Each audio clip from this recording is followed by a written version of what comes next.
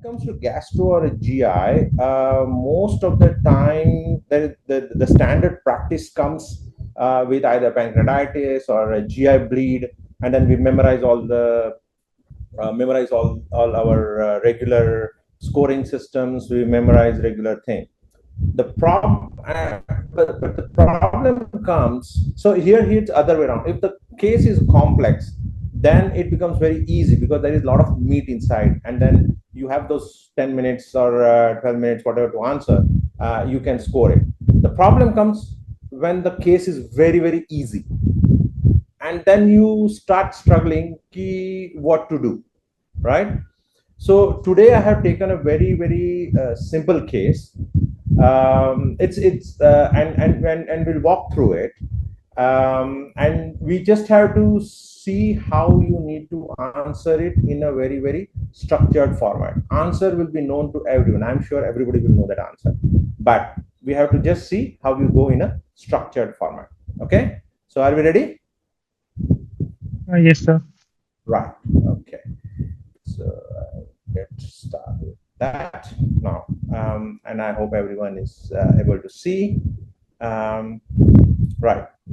So we have this 42-year-old previously healthy Caucasian woman who presents to the emergency department with the 5 days history of high-grade fever and gradually worsening diffuse abdominal pain.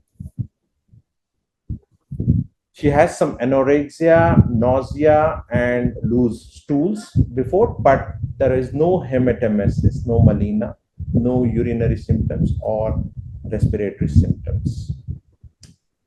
She's got an interesting history of a microcytic anemia. Remember, this is a Caucasian lady, microcytic anemia. Unlike our, I would say, the Indian subcontinent, where the nutritional issues are quite high. When you're dealing, you have to just a little bit of mindset that when it says in microcytic hypochromic anemia, it is not normal in that region, or not expected. She had some Gilbert syndrome, a recent self-limited Epstein-Barr virus infection. She has also received 2 doses of COVID vaccine last December, not very far. So when she was examined in ED, she is febrile, bit tachycardic. Blood pressure seems to be okay, but it's a little bit soft. Respiratory rate, she's not tachypneic. Saturation, she's maintaining around 97%, and she's GCS is 15. And on abdomen, she's mildly distended with a generalized tenderness, but no guarding or any rebound or rigidity. Some investigations are sent, and this is what investigations. This is the admission, and then she gets transferred to the ICU. So just take a time to go through this investigation. What is a glaring thing here?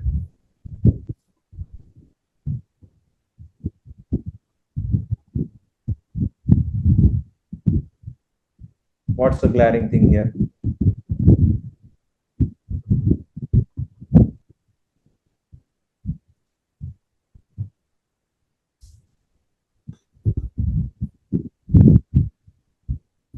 Hello? Hemoglobin and WBC are decreasing trend. Correct. So in short, can we say that the inflammatory markers is high, right? And there is an expected microcytic anemia because MCV is low, right? It's not a severe, but it's mild. And there is a mild thrombocytopenia, though it's not overt, but that's fine. We can say platelets is normal, but let's see that it's a white cell count, the inflammatory markers are high, right? So when you see these kind of things, look into the hemoglobin, look for the MCV and MCHC, right?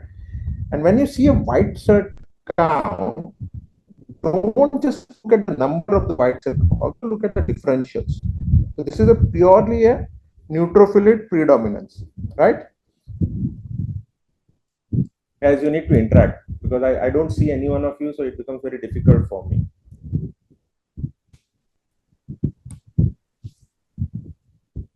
Hatim, Sahil. I lost between something was not clear, so I have not heard the last two parts of the last 2 minutes. There's some Oh, internet connection problem. okay, okay. So am I clear now? Yes, sir, you're clear, sir. Okay, so we are talking of. Could you get through the what was the case history? Yeah, I noticed now the fever for 5 days with diffuse abdominal worsening pain with Right, anorexia, nausea, vomiting, right. and history of recent EBV syndrome with Gilbert syndrome with microcytic anemia and COVID vaccination. So apart from that, vitals I know.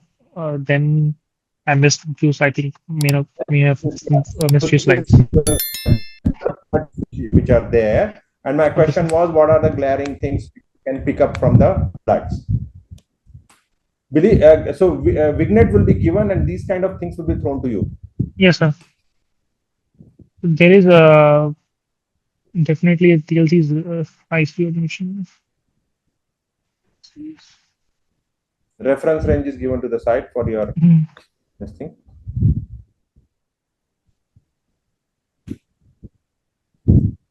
So there is an anemia. Everybody agree? There is anemia, which is definitely Okay, microcytic. microcytic hypercholemia, and now we know that okay, she also has previous history. So okay, we will keep it, but we will not focus too much on that, right?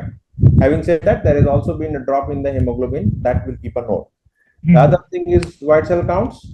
They are They high, are 30, 17. That's true, and it is a neutrophilic predominance, neutrophilic right? predominance. So something infective going on, or no? So there may be mic like On the microangiopathic top of the hemolytic thing, anemia. the first thing will be like something infective going on, right? Yes, colitis basically is seeing the history, with the bloody diarrhea, blood in the stools, causing anemia as well as When there is raised no blood in the TLC. stool, no, there is no diarrhea. No, there was no diarrhea, no blood in the stool, no hematemesis, no malignancy. Okay. So, She has this PTAPTT also done. D dimer was not sent. CRP is high. Creatinine is slightly gone up. And there is a mild transaminitis. Right? yes, sir. Now, with this in this all these things, so as an intensivist, most of the time this ED would have sent the blood, and by the time you come and take history, you will be having these numbers with you, right? Yes, sir. So so the question will come like this: what are your immediate priorities in assessing this patient in ED? Let me start with ABCD. The airway is fine. The breathing is fine. Mhm. The circulation is the BP right now is fine. Regarding so we are suspecting a proctal is high, so suspecting a infectious part of the cause. So we'll send blood cultures, paired blood cultures, and start on antibiotics. And also look for the signs of hemolysis because the anemia, there's no obvious bleeding per se, but HP has dropped significantly with thrombocytopenia. And APT is also high. So it may be sepsis induced, or it may be some microangiopathic anemia. Excellent. Right. So what you did was absolutely right. But when you are asked about this immediate priorities, right? So you have to play a bit of a drama here. Okay. So as Okay, sir. you said in one breath, A B C D E, perfect. Mhm. So you have to do it set as I would approach as an ABCD approach and identify life-threatening problem. That will give Okay, one brownie okay, sir. because you are an ICU guy. Mhm. So it is what you have said is absolutely right, but just try to fine tune that, make some general statement that I would give a ABCD approach and look for a life-threatening problems. That means you are an ICU guy, not a physician. And then you can say the airway is patent. Look for airway patency, which in this case is okay. Then whatever you said, blah blah blah, breathing adequacy, circulation, blood. I will ensure there is an IV access and look for the perfusion status and the lactate. Right? because Yes, sir. lactate function is one of the important in the definition of sepsis. Yes, even the BP can be normal in spite of hypophysis. Correct. Because if the patient is hypertensive, 160, 180, this is hypotension, right? Yes, sir. So when you go this ABCD approach of a standard, see this answer will be applicable for everybody. Right? Whatever you do, you check, say all these things, it will be there. So IBXS, lactate, you look for a GCS, focal deficit, and you have a full detailed examination, including rectal examination for rash and bleeding. Right? So you have set the priorities: life-threatening, airway breath circulation, and then third, you will have obtained the septic screens and look for early blood culture. Right? So it is not different from what you said.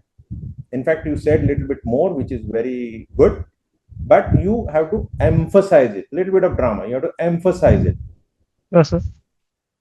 Okay, I will do this. I will do this. I will do this. They like them all out, and that's the reason you got the whole question attached to that.